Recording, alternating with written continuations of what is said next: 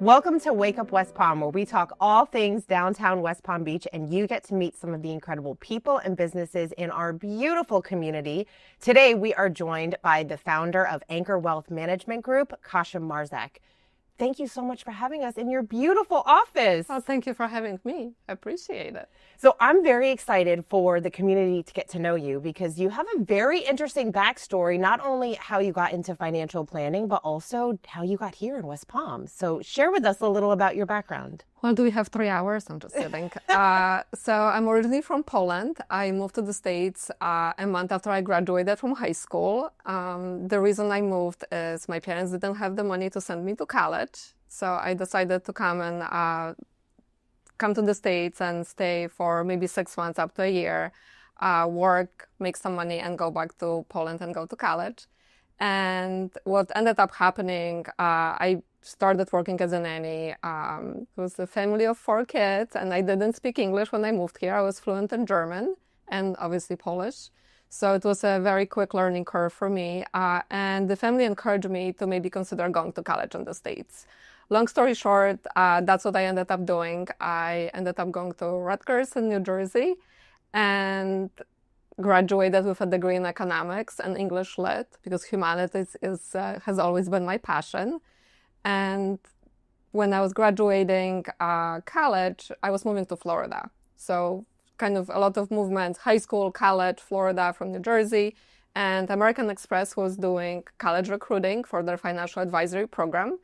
And I got recruited to be a financial advisor, which was very interesting because it kind of combines the passion that I have for humanities and people with the knowledge on economics and my background and kind of what I've studied. So yeah, that's basically how I ended up being a financial advisor. But the toughest part and the most challenging part, and I think what makes me very qualified to what I do, was the fact that I had to do it on my own. So I was 19 years old. I didn't have any material support from my parents, and I put myself through school without any college debt. And I was able to pay for it from working as a nanny. And I am here today, advising other people about their finances. Wow, it's such a great story, like all the things and even just not really knowing like where you're going to go and just having that faith to kind of take those next steps. When you got recruited, what was that experience like? It was also very interesting because the only experience I had was working as a nanny, and I worked for some amazing families, and those were one of the best experiences that I've had in the States, and I still am friends with them. But a lot of friends of mine didn't think that it was a career for me because they just didn't, like, I have passion for literature and books and reading and people, and like, well, this is a tough job and it's not for you. And I'm like, it's interesting because I'll get to teach people about money. And I love to educate. So, and I can talk about, and also what's unique kind of coming from where I came from, was the fact that I was a clean slate. Like, my parents didn't have a bank account. I was the first person to go to college. I have 11 cousins. None of them graduated from college. I grew up in a city that doesn't have a street light to this day. And kind of coming from that clean slate, I had to educate myself how to make it, how to budget, how to pay for school, how to pay for a car, how to get insurance. So it was a huge learning curve for me. So I'm like, I can teach others, right? So, and the other thing, and this is where I'm very strict with my clients, is because I know you can do it. I don't have any resources. So with the little resources that I had, I made the best out of it. And again, putting yourself through college, I don't know if I could do it today, but at age 21, putting yourself through college and working as a nanny, I think that's pretty interesting. And then kind of pivoting to that role as a financial advisor, I really put a lot of emphasis on education. Yeah. So, I had this degree in economics, no experience, and they had an amazing training program, but I started getting certifications on my own. So I got the CRPC certification, which is the Chartered Retirement Planning Counselor. And right away, I started studying for the CFP, which is kind of the highest designation you can get in the financial planning field. And it takes about 3 years. And I got it in 2009 when I actually opened my own practice in downtown West Palm. So why did you decide to open your own practice?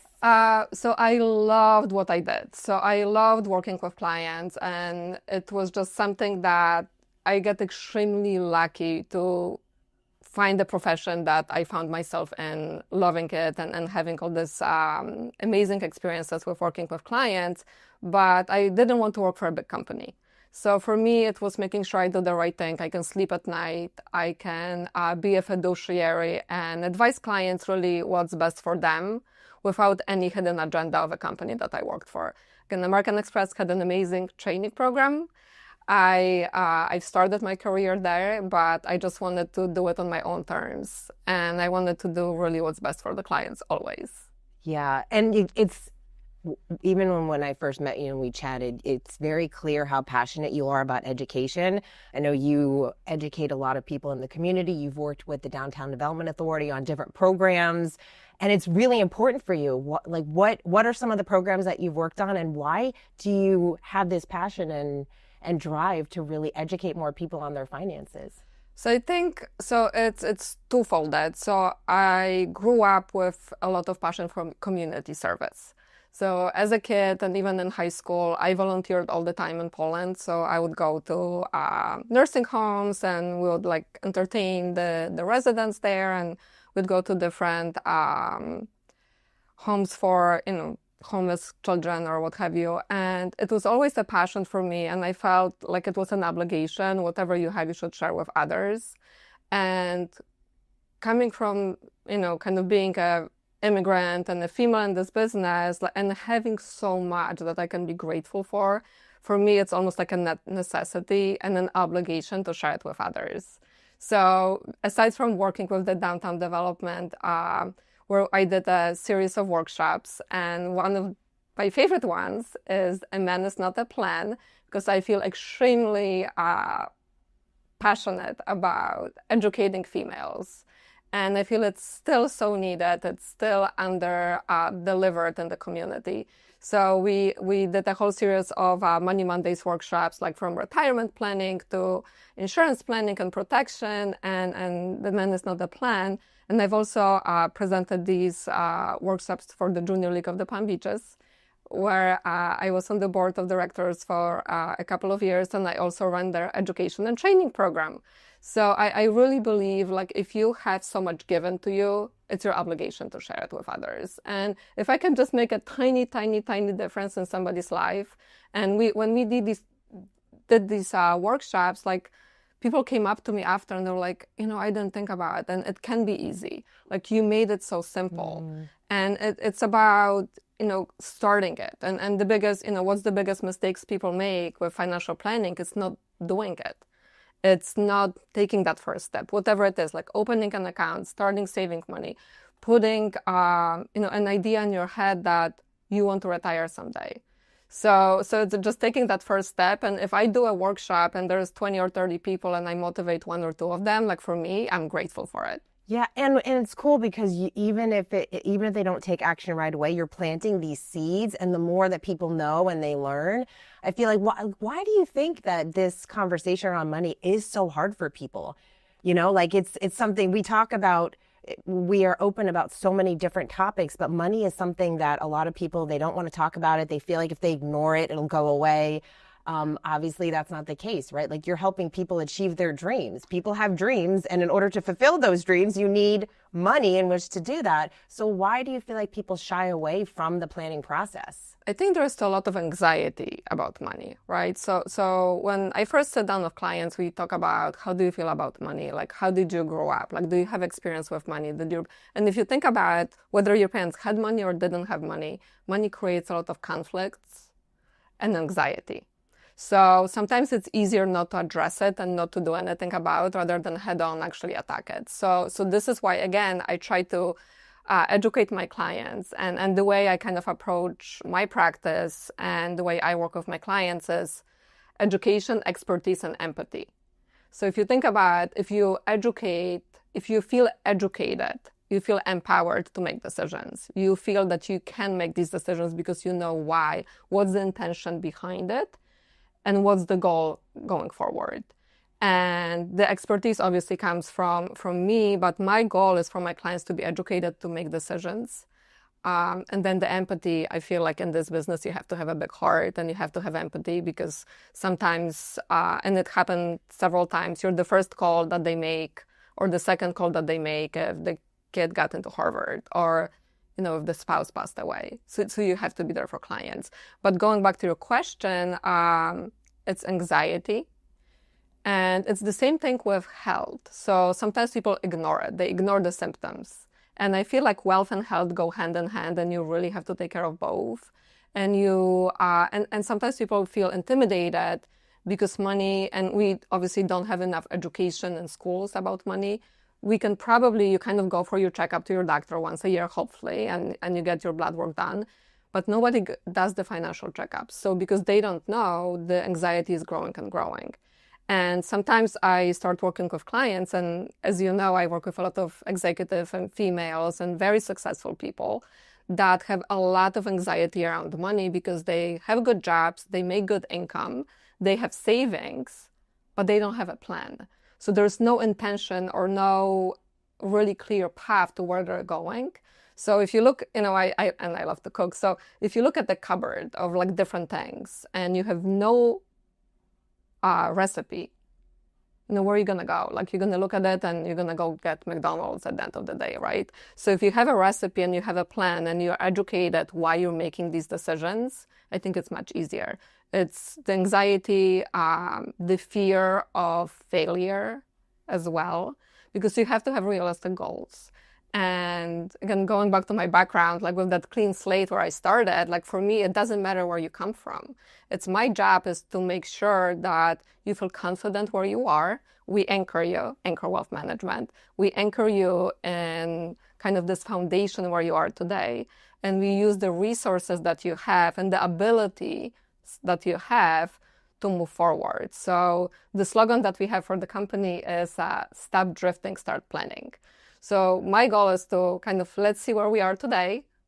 Let's stop doing these haphazard things and try to do all these different things at the same time without a plan, and start to put a roadmap where you're going. And this is how you get rid of this anxiety. But just taking that first step, this is the hardest thing.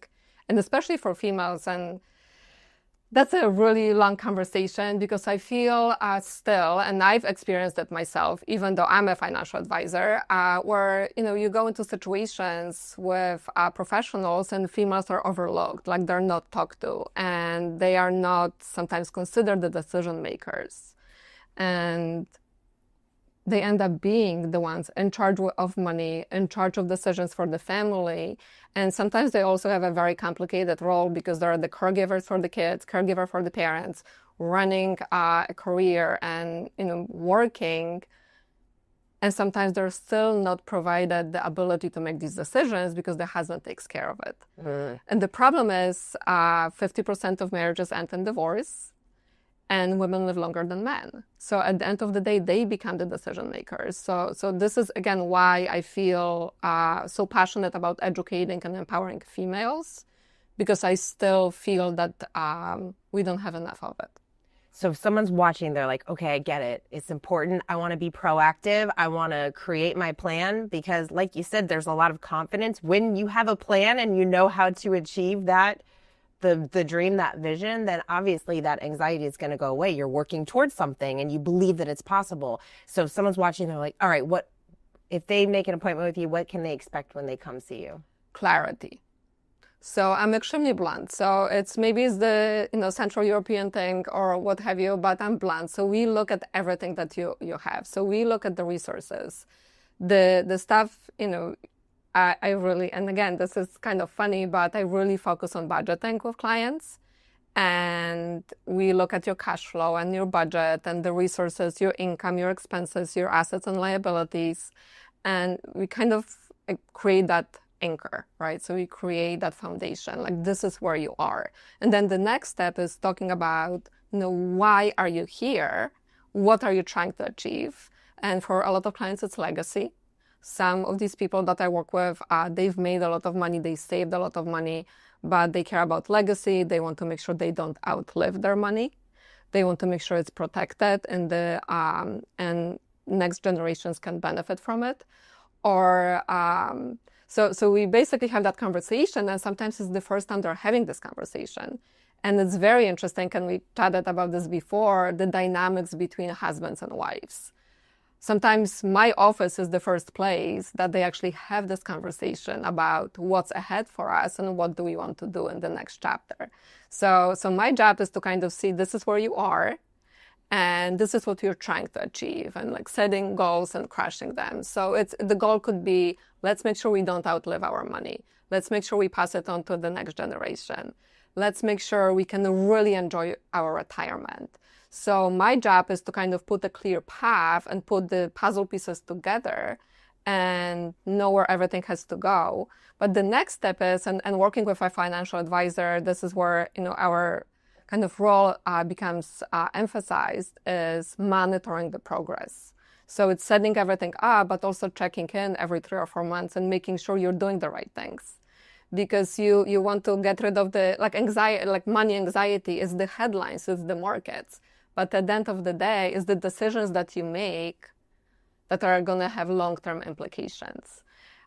So this is kind of when people come in and they leave, and I get these emails, and it's literally like, for me, this is why I love what I do, and I want to start crying about it, because it's just so empowering when I get emails. Like, after this first conversation, I felt so empowered.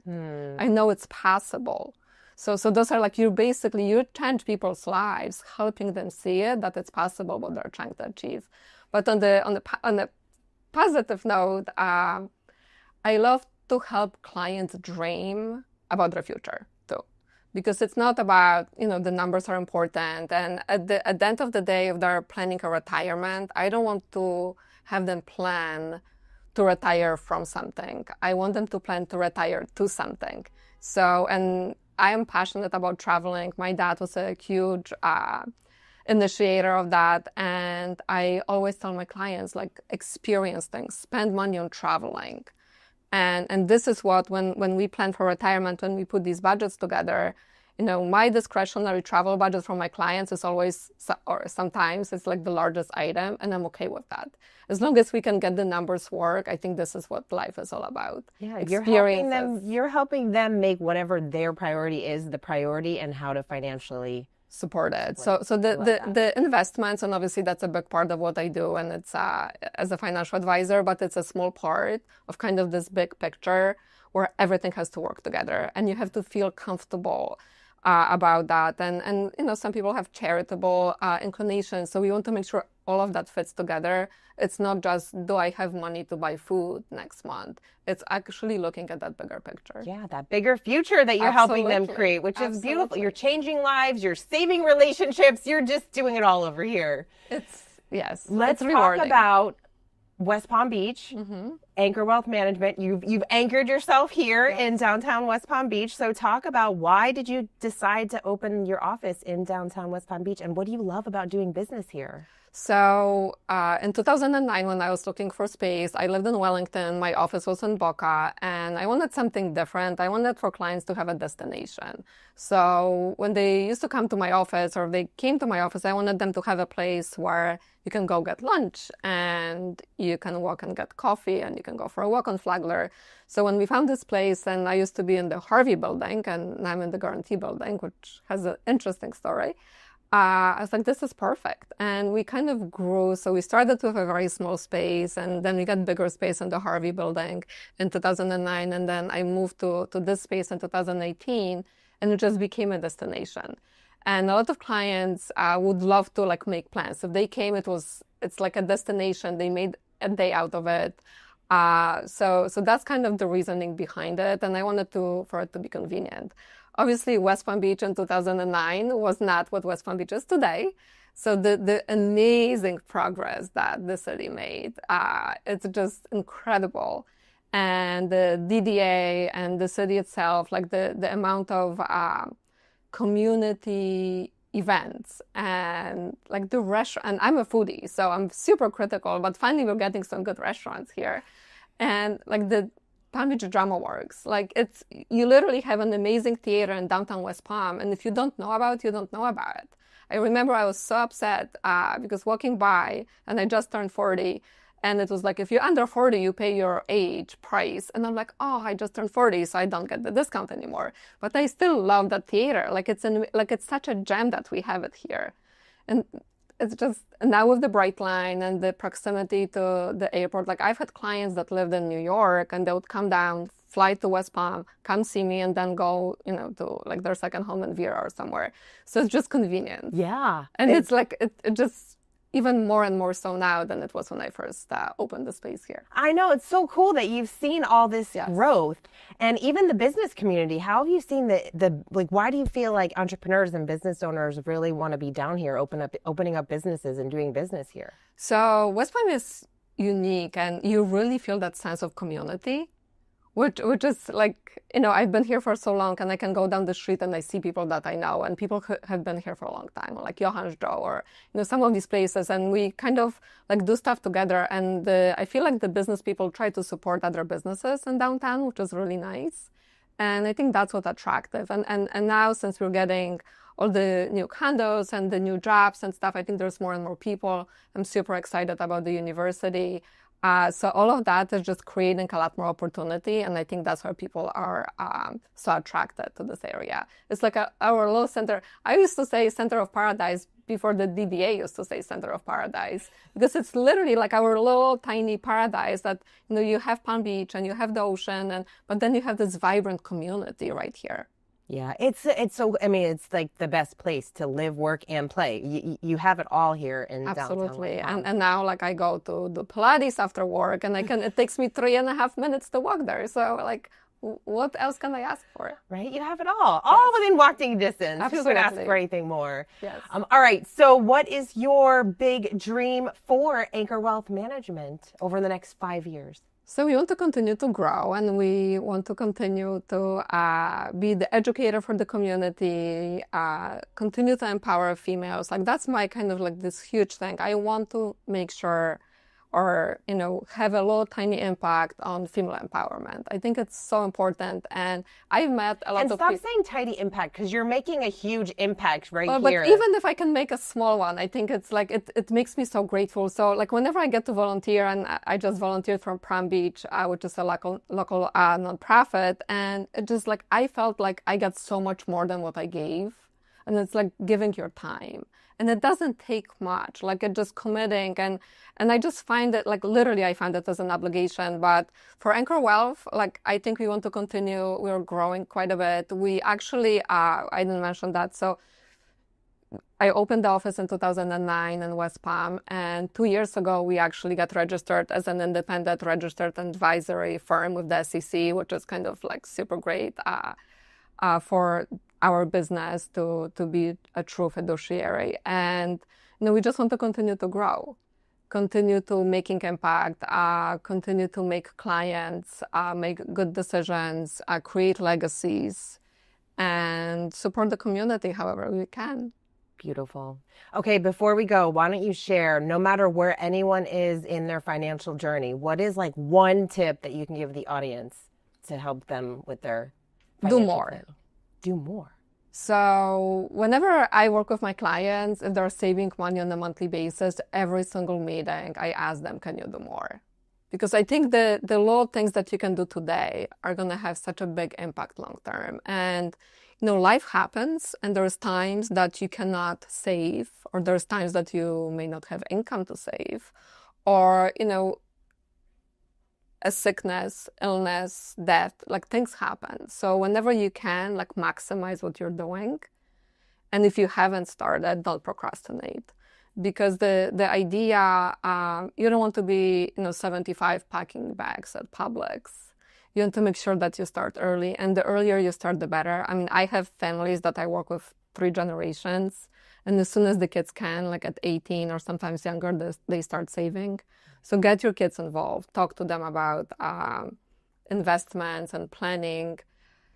Because if you do this today, it will just have such a huge impact long term. Yeah. So it's just getting started and always doing more. Okay. Awesome. Well, Kasia, thank you so much for having us. Thank you for all that you're doing for our beautiful community.